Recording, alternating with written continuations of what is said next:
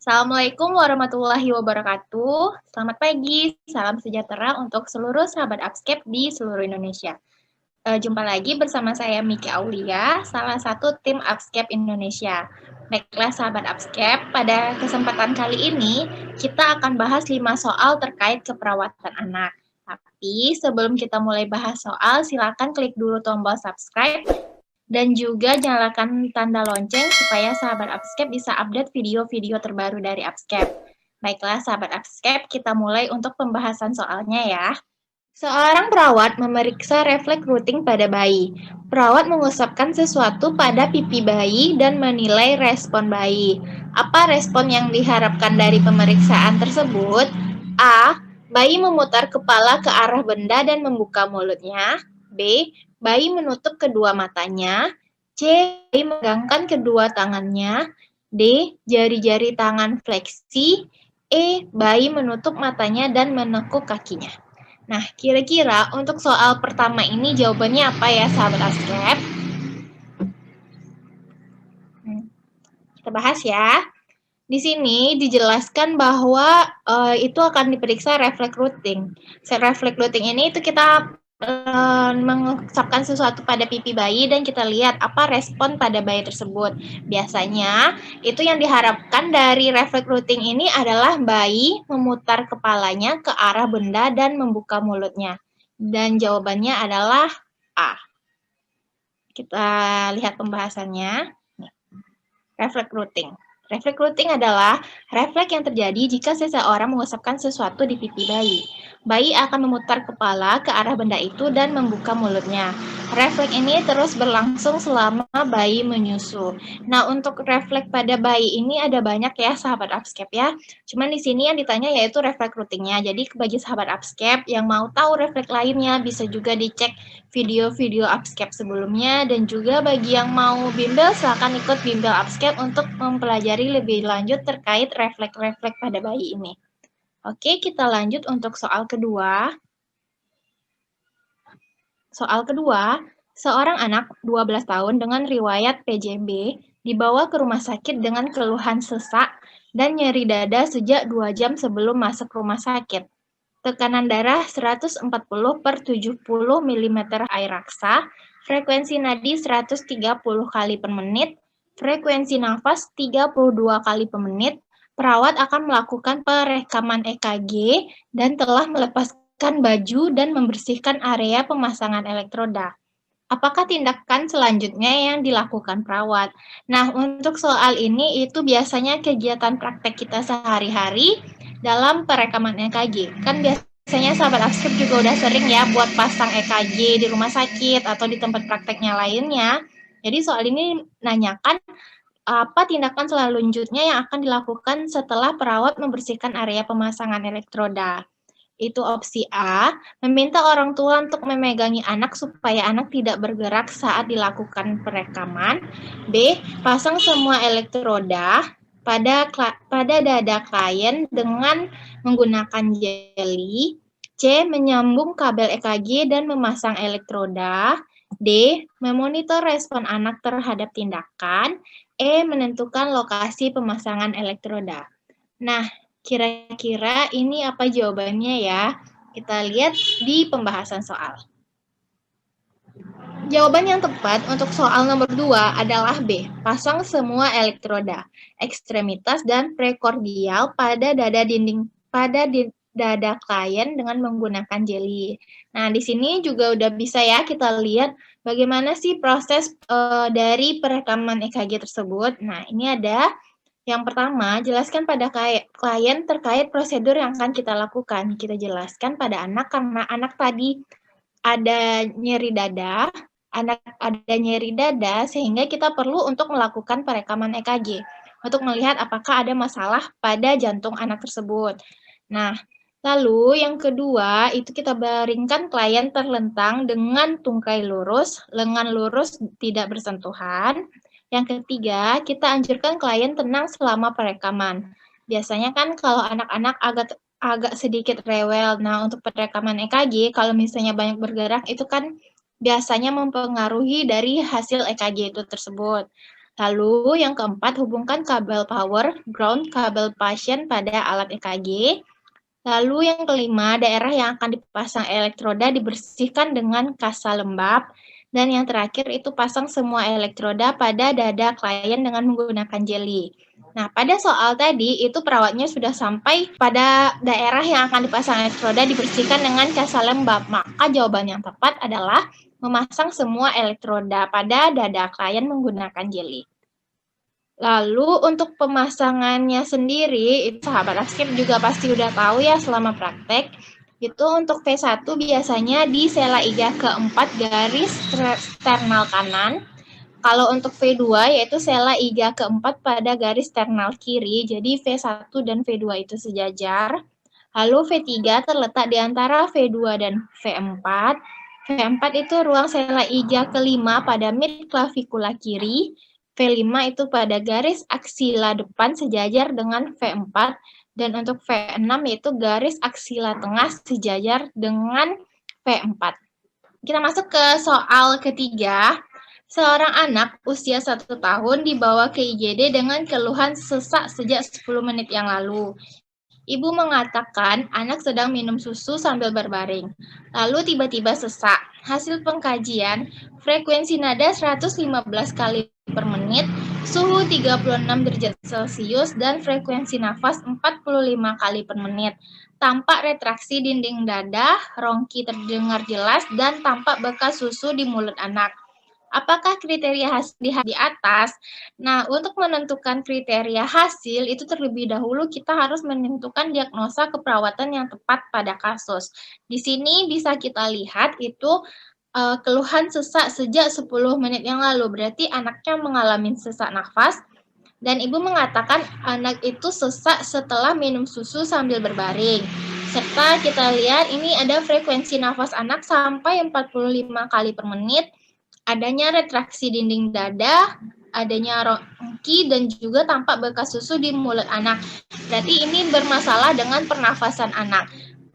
Itu biasanya jalan nafas anak ya yang terganggu karena di sana ada kalimat tampak bekas susu di mulut anak. Berarti ada sesuatu yang mengganggu di jalan nafas anak tersebut. Maka ini bisa kita angkatkan diagnosa bersihan jalan nafas tidak efektif.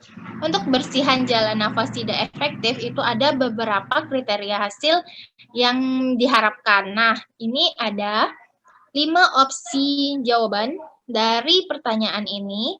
Itu A, sesak nafas berkurang, B, jalan nafas paten, C, frekuensi nafas normal, D, penggunaan otot bantu nafas tidak ada, dan E, dyspnea tidak ada. Nah, apakah kriteria hasil yang paling tepat dari kasus yang dialami oleh anak? Kita lihat pembahasannya.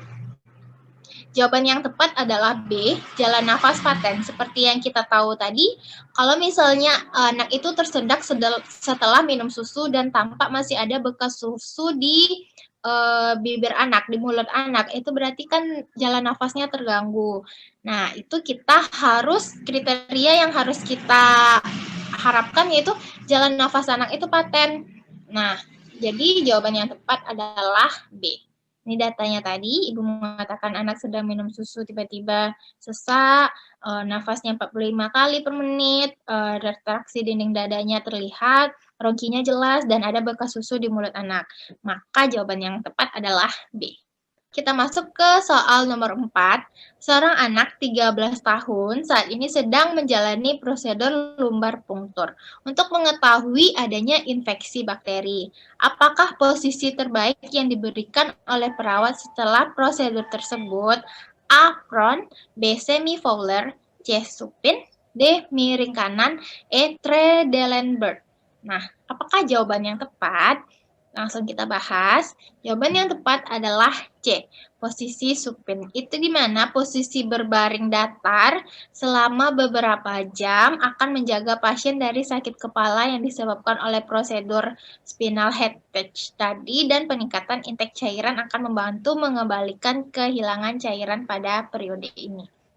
Oke, kita lanjut ke soal berikutnya. Seorang anak 26 bulan tidak mau digandeng oleh orang tua saat berjalan.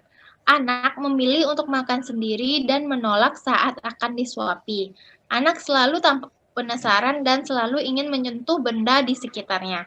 Apakah tahap perkembangan anak saat ini menurut teori perkembangan Erikson? A. Basic trust versus basic mistrust. B.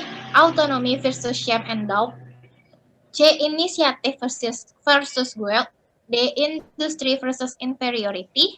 E. Ego identity versus rule confusion. Nah, kira-kira apa jawaban yang tepat untuk soal nomor 5 ini? Oke, kita bahas saja.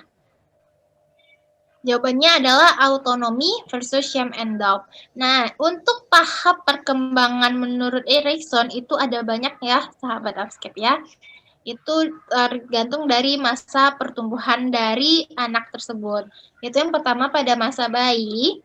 Masa ini terjadi antara usia 0 sampai 1 tahun. Erikson menyebutkan tahap ini disebut sebagai tahap trust versus mistrust. Pada tahap ini, bayi mulai mengembangkan rasa percaya pada lingkungan sekitar berdasarkan hubungan yang terjalin antara bayi dengan figur lekatnya. Karakteristik yang menonjol yang terbentuk pada tahap ini adalah sikap percaya diri, perasaan dicintai, namun tetap waspada pada lingkungan yang asing.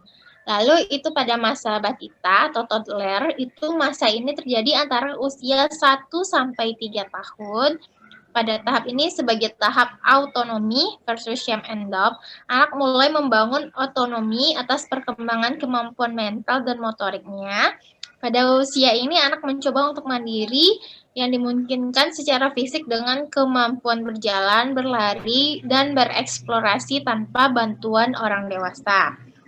Lalu untuk masa prasekolah ini terjadi pada usia 3 sampai 6 tahun. Erikson menyebut tahap ini sebagai tahap inisiatif versus guilt. Ini pada tahap ini anak mulai memiliki gagasan dan berusaha mengutarakan isi pikirannya. Karakteristik yang menonjol pada tahap ini itu penuh ide, mudah mengutarakan pendapat, dan optimis. Lalu ke masa sekolah, masa ini terjadi antara usia 6 sampai 12 tahun. Kalau pada tahap ini itu anak mulai berhubungan dengan teman-teman sebayanya dan mulai mengeksplorasi segala kemampuan yang dimiliki. Karakter yang menonjol yaitu anak mulai percaya diri, kompetitif, dan rasa sosial atau bersosialisasi dengan yang lain. Lalu untuk selanjutnya itu masa remaja. Masa remaja itu usia 12 sampai 20 tahun. Tahap ini ditandai dengan luasnya pergaulan yang dimiliki remaja dan munculnya usaha-usaha yang dilakukan dalam rangka mendapat pengakuan dari kelompok sosialnya. Karakteristik yang menonjol yaitu rasa setia kawan, toleransi, dan pemberontakan. Lalu untuk masa dewasa awal itu terjadi antara usia 20 sampai 40 tahun. Karakter yang menonjol yaitu sikap sabar dan kemampuan dalam memahami orang tua.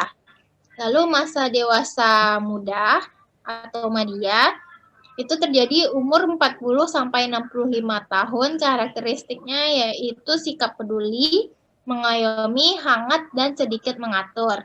Lalu yang terakhir masa dewasa akhir itu usia di atas 65 tahun. Pada tahap ini individu benar-benar matang dari segi usia, pengalaman, dan kebijaksanaan. Dorongan untuk berprestasi masih ada, namun keterbatasan fisik terkadang menjadi penghalang bagi mereka. Perasaan terasing seringkali muncul sebagai akibat dari kurangnya penerimaan diri terhadap kondisi fisik saat ini. Cerminan diri akan masa lalu terkadang membuatnya menyesali apa yang telah terjadi. Baiklah sahabat Upscape, sekian pembahasan soal kita terkait keperawatan anak. Bagi sahabat Upscape yang ada pertanyaan, silakan tuliskan pertanyaannya di kolom komentar. Dan sekali lagi jangan lupa untuk subscribe YouTube channel Upscape Indonesia dan juga nyalakan tanda lonceng supaya sahabat Upscape bisa update video terbaru dari Upscape, dan juga jangan lupa share video-video Upscape kepada teman-temannya yang lain supaya teman-temannya yang lain juga dapat ilmu yang bermanfaat dari Upscape. Dan bagi sahabat Upscape yang mau ikut bimbel silahkan cek di postingan-postingan Instagramnya Upscape. Sekian pertemuan kita pagi ini. Miki mohon maaf apabila ada kesalahan dan kekurangan. Terima kasih atas atas perhatiannya sahabat Upscape semuanya. Wabillahi taufik wal hidayah. Assalamualaikum warahmatullahi wabarakatuh. Sampai jumpa di video-video Upscape selanjutnya. Dadah.